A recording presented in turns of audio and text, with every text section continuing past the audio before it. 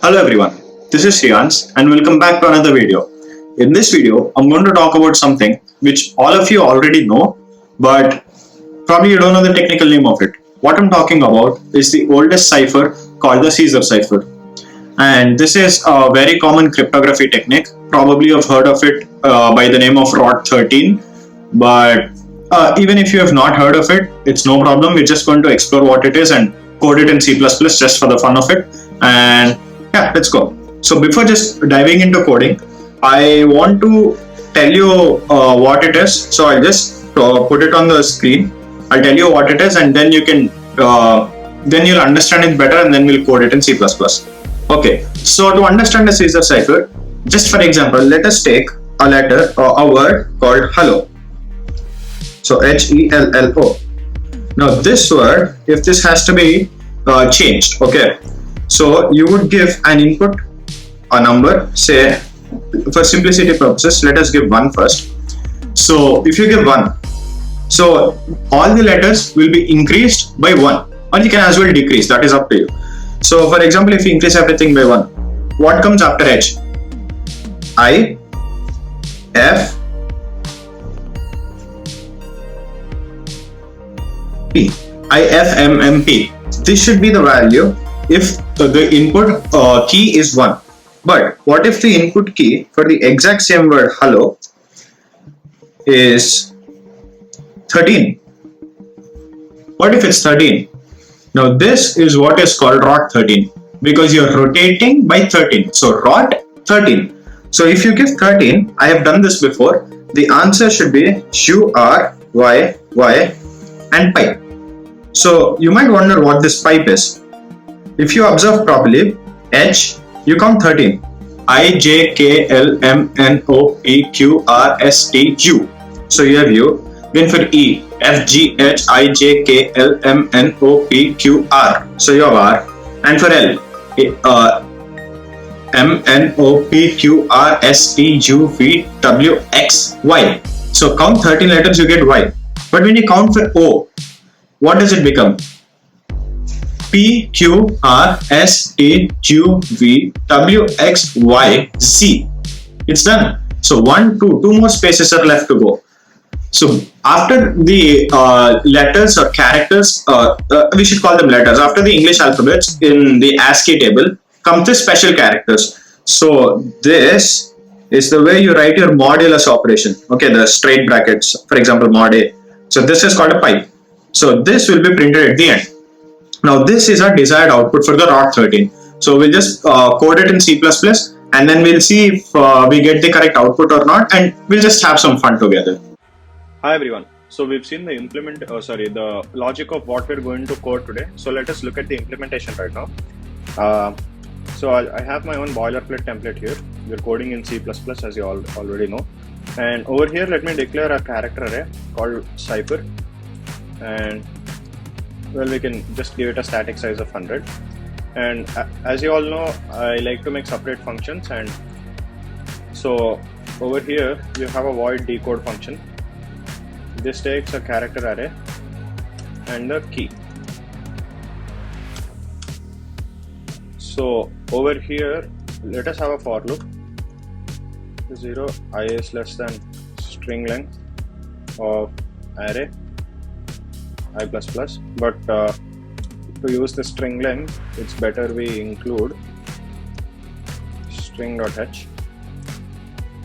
And what we're trying to do with this for loop is that right now we have the array, character array. So every character has to be moved by 13 positions.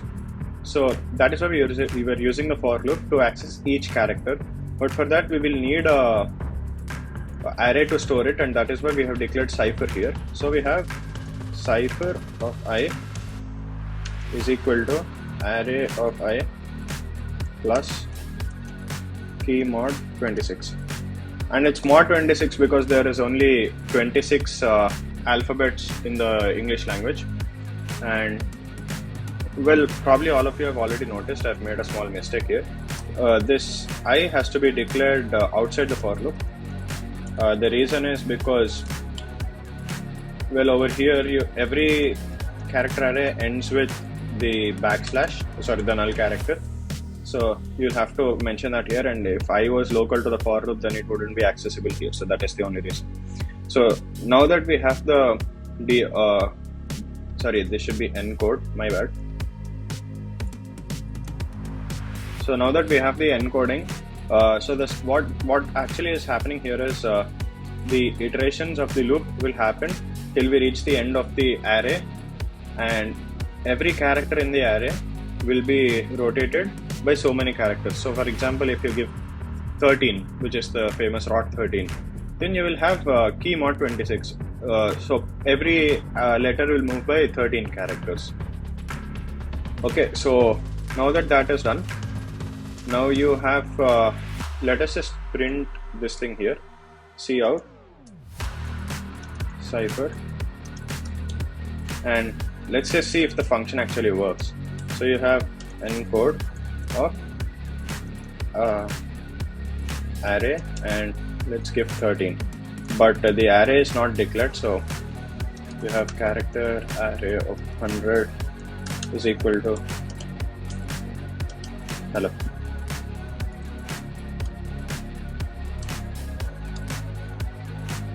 Now let me look at this function. As you can see, it gives us the output which we thought would come, URRY and a pipe. So now that this is done, we have successfully encoded it. Now we'll have to decode the same thing, because think of it like you are encoding it and sending it to your friend, and your friend has to have a function to decode the stuff, right? Or else he wouldn't understand. He'll have to manually do the things, and that is not a good thing for a big message. So it's actually a very similar function. Probably you already know how to do it. Here just taking the key is enough, because we'll have to decode the cipher, and the cipher has been declared as global, so that is accessible to every single function here. And over here just have another array called probably result of 100, and then use a for loop.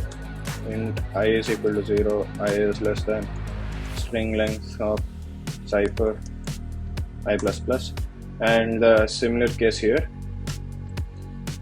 you will have to have I outside, int I equals 0, and inside you have result of I is equal to cipher of I minus key mod 26.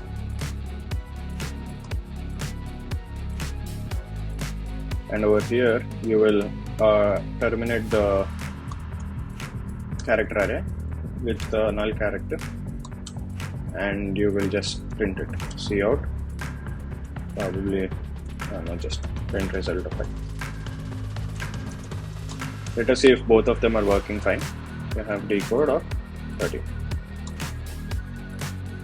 Just print it. Okay, so this doesn't print the value, and the reason for that is eternity later. Oh, that is because I've given result of 5. You just have to print result. That's all. And here it says hello again. So this was the normal code, and of course you can automate all this stuff. You don't have to have a static value every single time. Just have this character, then cout, enter the value of, enter the string to be encoded. So I like to leave it plain here, and here you have cin, or probably you can use getS, but it says again getS is unsafe, so let's use cin arr int key cout, enter the key, and again cin key. After this is done, cout the encoded cipher is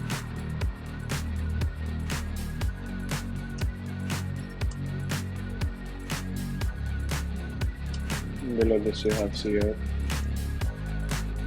the decoded cipher, the decoded message is, and that should do. Over here just give a cout join the line here, and that should do. So let me just run the code.